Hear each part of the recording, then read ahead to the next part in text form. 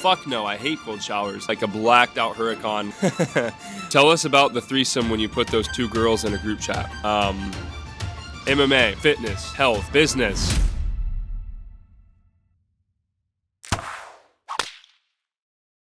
What's going on, YouTube? Welcome back to another video. Today I am outside. First off, I want to say thank you guys so much. We broke 3,000 subscribers in the last couple videos, the one with my mom's house and the podcast with Mason. You guys have blown up. I'm very, very grateful. I love you guys. Thank you so much. Today, in honor of this new growth, I wanted to give a really good one to you guys. I've put a couple Q&A posts on my Instagram and on my Twitter, and we've got some really good questions.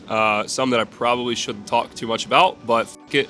I'm gonna do it anyway. So let's jump right in. Okay, we're gonna start off with a juicy one. How much have you spent at Tootsie's this year? Be honest. So let's just say the last 12 months instead of a calendar year.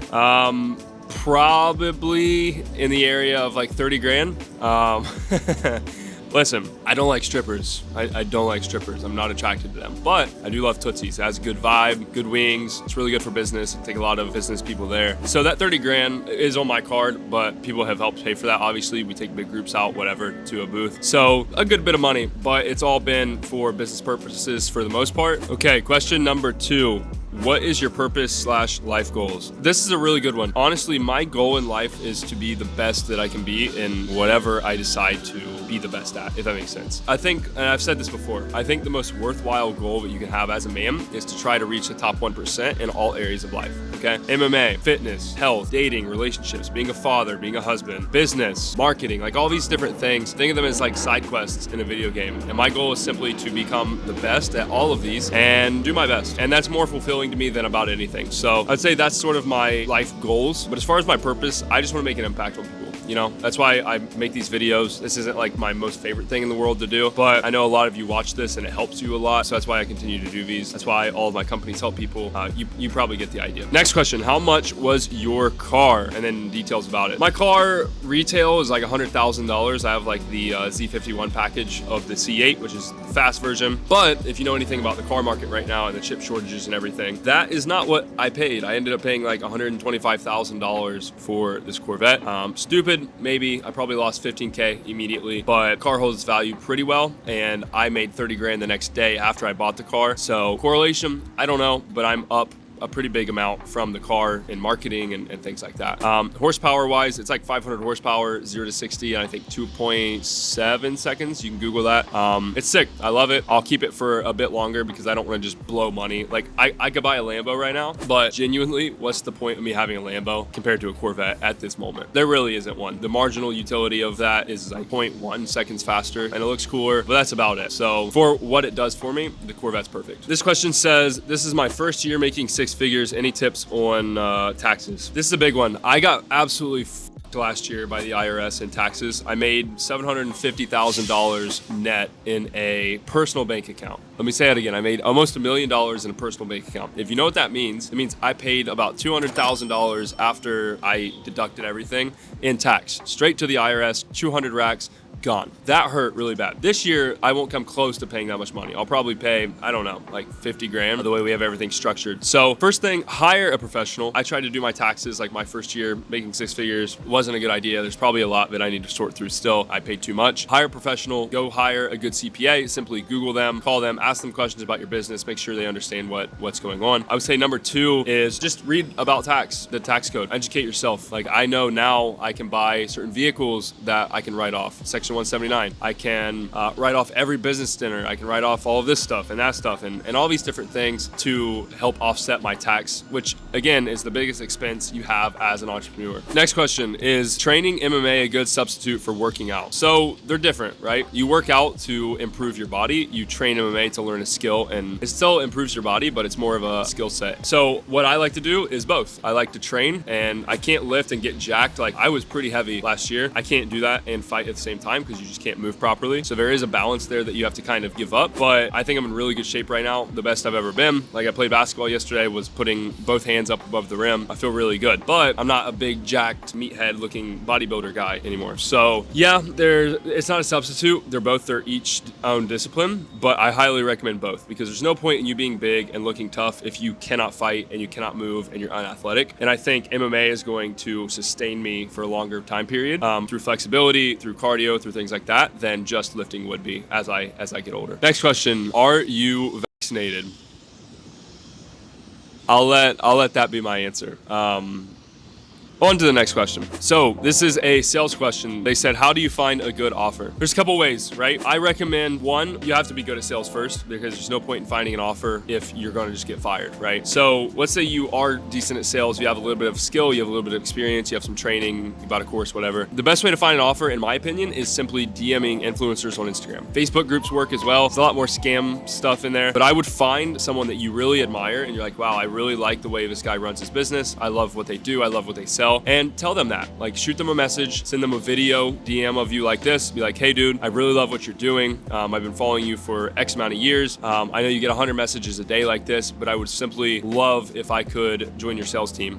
If not, no worries. But if you're interested, I would love to hop on a call and show you what I can do. Something along those lines. That's how I got my first like 5 clients, even from agency to closing. And that made me hundreds of thousands of dollars and now millions from that. So DM an influencer with a good message. Don't make it about you, like me. Make it about them. Hey, I love what you do. Hey, you are amazing. Obviously don't say that, but you're amazing. I love what you do. I would love to help you. How can I be of value? I'm really good at this sales thing. Is there a potential for me to take calls for you, right? Something along those lines. You get your foot in the door, boom, you can make 10 to 30K a month instantly just from that. Next question, this is good. It's so hard to find hot girls with low body counts. What's your advice to a 21-year-old looking for the right one? Guys, this one's hard. So I was in Miami for, it's been a year now, and the amount of girls that I found that had a body count under 10 was 0 until I met my girl now. How to find them? Maybe go to more wholesome places. Like, don't look for them in clubs. Go to like a farmer's market, or I don't know, where do hot girls hang out that are not party girls? It's a hard question, especially in Miami. But let's say you're in another city, probably not as crazy as Miami. Your chances are probably a lot higher. I would simply just go where good girls are going to be. Farmer's market, church, library, beach, things like that, cafes, yoga places. That's probably your best bet to find one, because it is important, right? Body count for a female, in my opinion, is a very good tell of their character and of what kind of girl they are. Like, if I'm a hot girl and I let any dude smash, am I valuable? Probably not. And vice versa for guys, right? If I'm a high value guy and I go bang any 2 that I see walking around, am I high value? Probably not. Okay, so yeah, that one's tough. Next question, what is the most amount of money you've made in a month? So the most revenue we've done in a month was like 170,000. That was actually before I even had a big team, and I ended up netting about 150,000 of that in a month, which was really cool. I think that was like September or something of last year. This Q4, we're gonna have some really big months. So yeah, that was cool. Doesn't feel as good as making your first 100K, but still very cool. What is your daily morning routine? Guys, this routine stuff, here's what I'm gonna say. The routine stuff is cool. Routines are very good for your brain, very good for your discipline and your habits. However, having a routine for the sake of having a routine, or to tweet about it or to post about it, is absolutely stupid. So my routine is literally, I wake up, I come into my kitchen, I get this thing called mud water, which caffeine is really bad for you. I don't drink caffeine anymore. Mud water's fire. I make a glass of mud water. I come out here, I walk around on this fake grass, get some sun in my eyes, and then I go sit down and I work until, I mean, right now it is 11:55. I'm recording a YouTube video. Normally I'm working until like 1 or 2. Then I eat. Today I'm eating an acai bowl because my girl sent me one. And then I work some more. And then I go to MMA. And then I come home. And then I work some more. Then I wind down. And my nighttime routine is simply sleepy tea with my boy Justin Lau's sleep powder called Portal, which is fire. You should look it up. Drink that, go to bed, repeat. Okay, so is that a fancy routine? No. Is that cold showers? Fuck no, I hate cold showers. Is that reading 100 pages and doing 500 push-ups and running 2 miles and praying to Buddha before I even sit down at my desk to work? No, because routines are simply to keep you in a routine. It's good for your brain. That's my routine. It works. I make a lot of money. I get a lot of work done. So that's my 2 cents on that. Oh my gosh. Tell us about the threesome when you put those 2 girls in a group chat. That is something we're not going to talk about on YouTube, but I will say this. Threesomes are overrated. Too many legs, too many body parts moving around. It's not as great as you would think it would be. So that's all we'll say. What is your dream car? This is hard. It used to be Lamborghinis, okay? I really wanted like a blacked out Huracan when I was like 18. But as I've been around cars, especially recently, like I've been around Bugattis and Koenigsegg's and crazy shit, I'm really becoming a Ferrari guy. I think Ferrari fits what I do. I love the tradition. I love the brand. brand. They're beautiful. So I would say like a Pista or an F8 or like an SF90 Ferrari would be absolutely fire. If I get like a black one and not get a cease and desist, like a satin black, that would be fire. So this is a good question.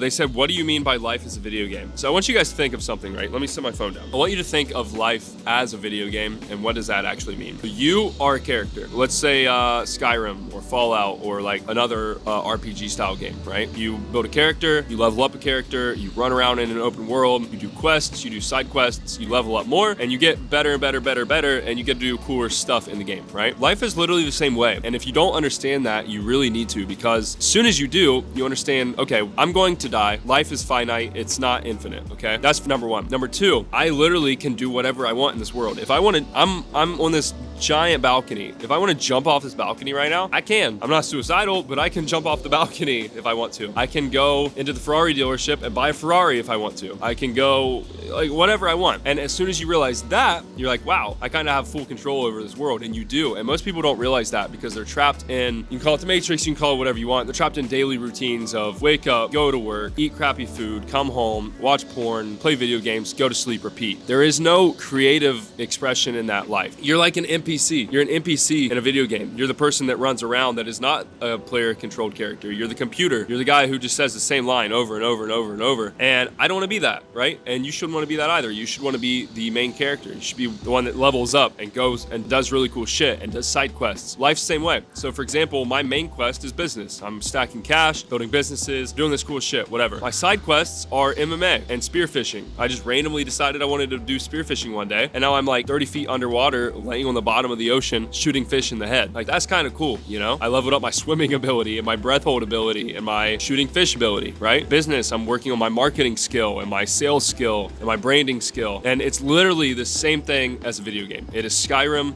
in real life, and it is so fun. I tried to play video games like a month ago, just because I sat down, I was like, you know what, like, I'm not doing anything, let me try. I lasted 5 minutes. I had to quit because this real life is so much better. And I used to spend hours and hours and hours playing games, and it's because my real life wasn't fun. That was when I was broke. I didn't have money. I couldn't actually go do quests, you know what I mean? So I had to do quests in a video game. So if you're playing video games right now, you should probably stop, and you should probably go turn your real life into a video game, because it is the most fun, fulfilling one that you ever play. Next and final question, why do you like sales over other business models? So the reason I pick sales for most people, if you're a millionaire, sales is probably not going to be the best business model for you. You already have leverage. But if you're a beginner, or you haven't even made 6 figures, or maybe you're just at 6 figures and you want multiple, I think sales is the best bet. Whether it's for me, you, everybody else, as long as you can speak with people, you're fine. You don't even have to be an extrovert. You don't have to have charisma. And the reason being, there is no other business or model that you can literally learn the skill, get a job offer, get on a decent job with a decent company. Like, all of these buildings behind me, there are sales reps and all these buildings, right? I know a lot of people that have offices over here in Brickell, and the salespeople are making ridiculous money, okay? All your little marketing agency guys are not doing that. Like, the top dogs, yeah, like, it's a good business model, right? But for the average person and the normal person and the person that's starting, you're not going to build a marketing agency that requires hundreds of skills, employees, sales, outreach, fulfillment, team building, system, like all these different things. That's so much more of a mountain for you to climb than just learning sales, learning how to close, getting a job offer, and boom, if you're good, you make 10 to 30K a month, okay? We have complete beginners come into our program, Closer Cartel, and I'm not kidding, make $65,000 their first month. Profit. Take home, in the bank, profit.